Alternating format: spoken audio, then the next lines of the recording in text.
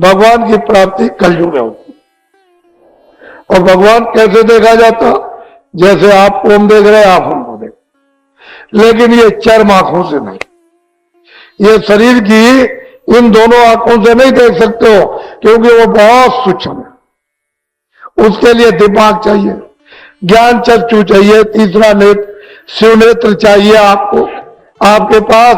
और वो अगर कहीं शिव नेत्र ज्ञान चक्षु दिव्य दृष्टि मनुष्य मंदिर में खुल जाए तो परमात्मा को आप ऐसे देख सकते हो जैसे हम आपको देखते हैं। हम आपसे बात करता हूं, ऐसे उससे बात हो, लेकिन वो इस पंचभौतिक शरीर में नहीं है, वो इससे अलग है। लेकिन आपको इस शरीर से अलग होकर उसके पास पहुंचना होगा, तब दर्शन होगा, तब उसका दीदार होगा, ऐसे नहीं। तो मैं अमोलक चीज आपको देता हूं, इस जो दूंगा इसको कहते हैं आत्माओं के धन का दान, इसको नामदान कहते हैं। ये आप चाहे चारों तरफ घूमोगे आपको मिलेगा नहीं। और घर बैठे मिल रहा तो कहते हैं दरवाजे पर गंगा आ जाए तो खूब चक्कर के नहाओ। जब घर बैठे तुमको मतलब ये है कि ये आत्मिक जो संपत्ति ये भगवान की और खुदाई खजाना रूहों का मिले तो खूब अच्छी तरह से दिल बोर कर उसमें स्नान करो, तो कलमल के ये सब क्लेश, कलमल की गंदगी ये सब धुल जाए और मन बुद्धि चित्त अंतःकरण जीवात्मा शुद्ध और साफ निर्मल पवित्र हो जाए और निर्मल जन सो मोह पावे। मोह छिल छिद्र कपट नहीं भावे, मुझको कपटी और धोखेबाज दगेबाज और पापी नहीं पा सकता, निर्मल पा सकता। किसमें? कलयुग में। सतयुग की बात और त्रेता द्वापर की नहीं, कलयुग की बात। और कलयुग में बहुत लोगों ने उस भगवान को प्राप्त कर लिया। तो अमोलक चीज लीजिए आप, छोटी मोटी चीज नहीं, आपको बड़ी चीज देने आया, उसको लो। बच्चे और बच्चियों, आपको घबराने की कोई बात नहीं है, सब धीरे से समझ में आ जाएगा। तो इसको कहते हैं नामदान।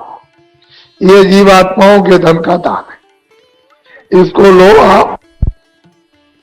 उसके ऊपर चौथा, उसके ऊपर पांचवा, अपने अपने स्थान पर बैठकर ये पांचों अलग अलग बाजे बजाते रहते हैं। इनको हिंदी शब्दों में देववाणी, ब्रह्मवाणी, आकाशवाणी, अनहतवाणी, देववाणी, मुसलमान कहते हैं आत्मानी आवाज, और कलमा और आयतें, और अंग्रेजी शब्दों में इसको साउंड कहते हैं।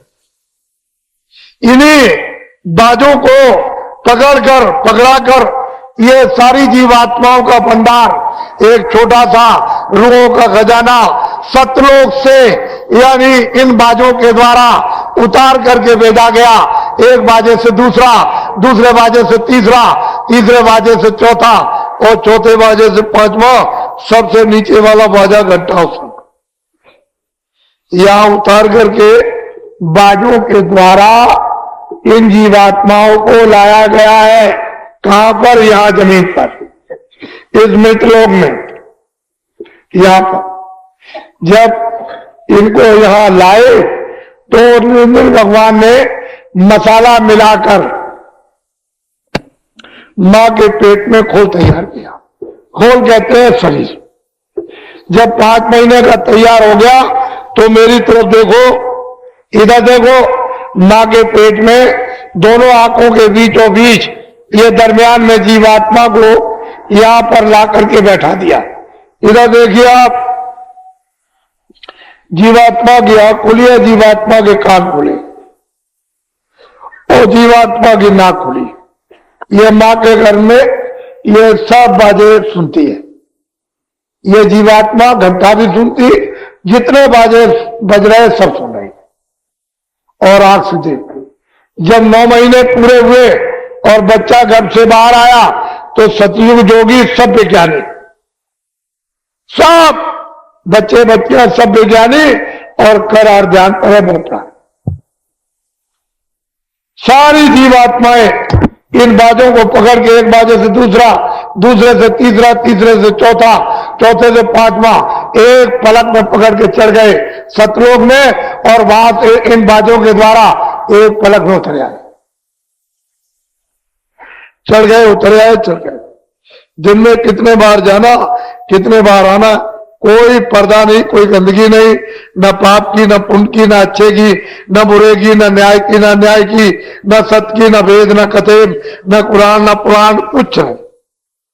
1 लाख वर्ष की आयु थी इनकी, ये जो बैठे सब 1 लाख वर्ष की आयु आपको मिली थी। रोज आते थे, रोज आते थे, और उस सत्पुरुष का रोज दर्शन दीदार करना, यानी निरंजन भगवान का, ब्रह्म का भी, पार ब्रह्म का भी, मां का, गर्भकोश का भी ये दर्शन करते हुए और सीधे वो सत्पुरुष का दर्शन जो सच्चा अपना मतलब है कि बादशाह है, जो सच्चा पिता, वहां आना और जाना, आना और जाना।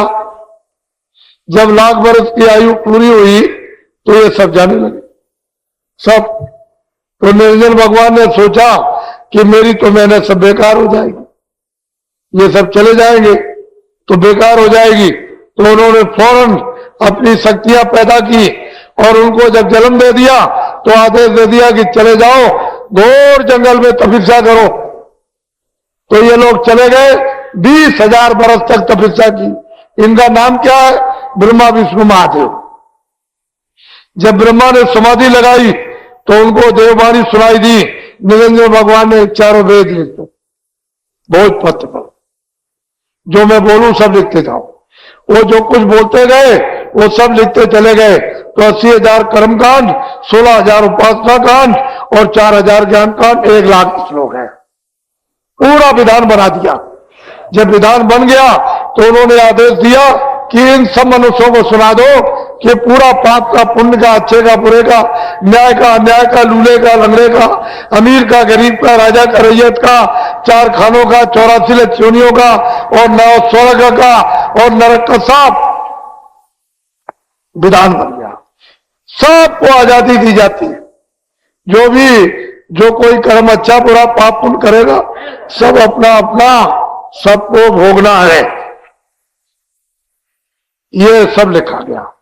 आपको सुना दिया और तिथि तारीख रख दी कि इस तिथि तारीख के बाद जो कोई भी अच्छा बुरा पाप पुण्य करेगा सब अपना अपना भोगना पड़ेगा।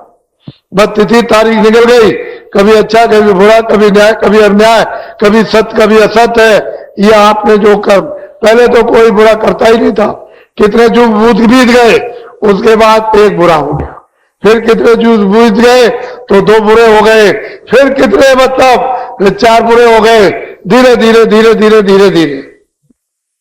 तो दोनों की गंदगी, अच्छे की भी गंदगी, पाप की भी गंदगी, पुण्य की भी गंदगी, ये सब गंदगी जमा धीरे धीरे अंतर में बहुत बड़ा आकाश उसमें जमा होने लगी। जब धीरे धीरे जमा होते होते आकाश मटमैला होने लगा तो आंख से कम दिखाई देने लगा, कानों से कम सुनाई और नाक से कम यानी सूंघने को मिलने लगा। तो धीरे धीरे कोई ज्यादा आपसे बुरे काम बन गए होंगे तो जैसे बादल काले आते हैं, चट्टान लगा करके सामने खड़े हो गए, ऐसे ही काली चट्टान यानी काले पर्दों की सामने जमा हो गई। तो आंख बंद हो गई, कान और नाक, तो जीवात्मा एकदम अंधकार में गिर गई। तो आपका आधार छूट गया, नाम छूट गया, सब छूट गया, बाजे छूट गए, देववाणी छूट गई, आसमानी आवाज छूट गई, कलमा छूट गया, अंधकार में गिर गई। बस अब आप रास्ता जंगल में यानी भटक गए। तो अच्छा करो, पाप करो, पुण्य करो, बस यही पर फिर मतलब है 4 खानों में, 84 रचियोनियों में, फिर कभी मनुष्य शरीर मिला तो फिर पाप किया, पुण्य किया, फिर इसमें फिर 4 खानों में चले। जब से जीवात्मा आई अभी तक आपने वापस नहीं पहुंचा, अपने घर में नहीं ले जा सके। यही बस बराबर यहीं पर पाप पुण्य 4 खानों में, 84 रचियोनी, नरकों में, फिर कितने युगों के बाद मनुष्य शरीर मिले, फिर इसी में आप पाप पुण्य में फंस गए। ये जीवात्मा अभी तक नहीं वापस गई। तो आपको क्या करना उसको समझ लो। इधर देखो, अब 3 चीजें मैं आपको बताता हूं। पहला भजन, दूसरा ध्यान और तीसरा सुमरन।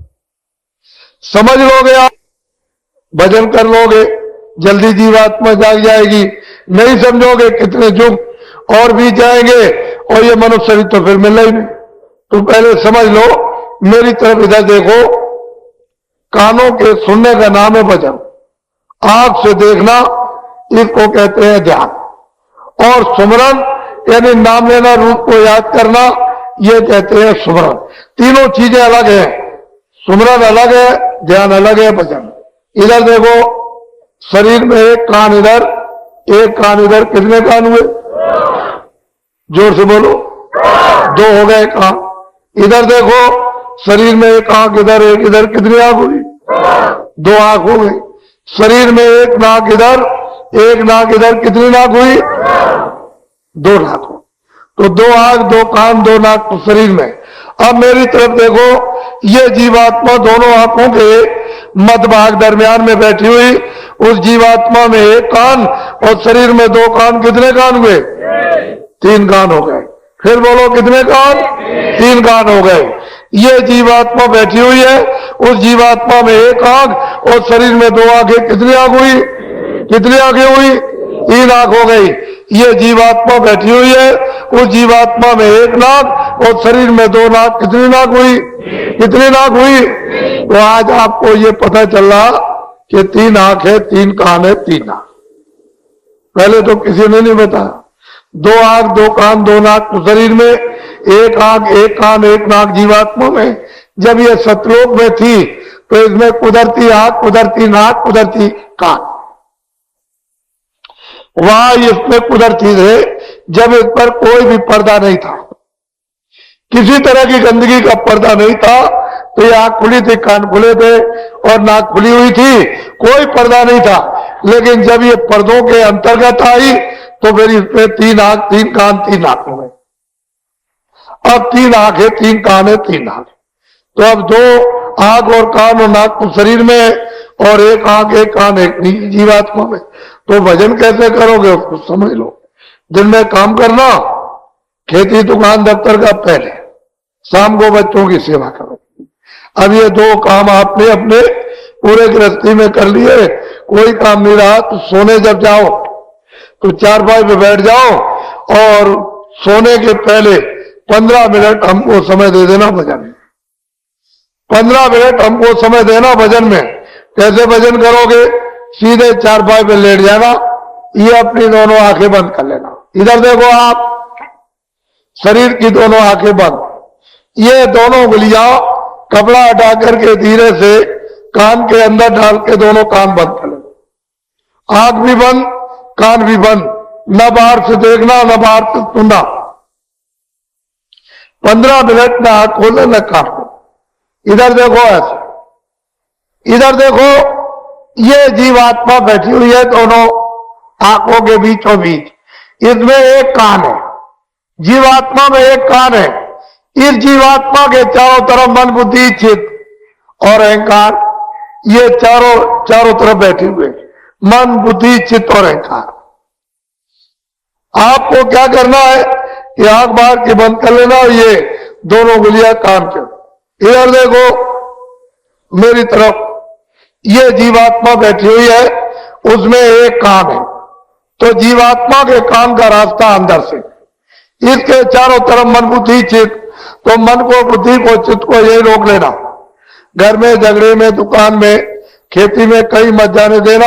यही रोक करके आधे मिनट या रोक करके रखना जीवात्मा के कान के साथ। और इधर देखो ऊपर की तरफ ऊंचा ध्यान देकर जीवात्मा के कान से सुनना। जितना ऊंचा ध्यान देकर सुनोगे उतना ही आपको साफ सुनाई देगा। जब आधा मिनट हो जाएगा तो कोई आवाज आपको सुनाई देगी, तो 14 मिनट लगातार जीवात्मा के कान से सुनना और ये पहचानना, परखना आवाज कैसी हो रही, आदमी कैसा बोला, चिड़िया कैसी बोल रही। जब समझ लो कि 15 मिनट हो गए होंगे, छोड़ दो, सो जाओ। सुबह उठना, दिन में अपना काम करो, बच्चों की सेवा। जब शाम को सोने फिर जाओ तो फिर हमको 15 मिनट फिर भजन में समय दे देना, सीधे चारपाई पे लेट जाना। ये बाहर की दोनों आंखें बंद। इधर देखो, दोनों उंगलियां कान के अंदर डाल के कान, मेरी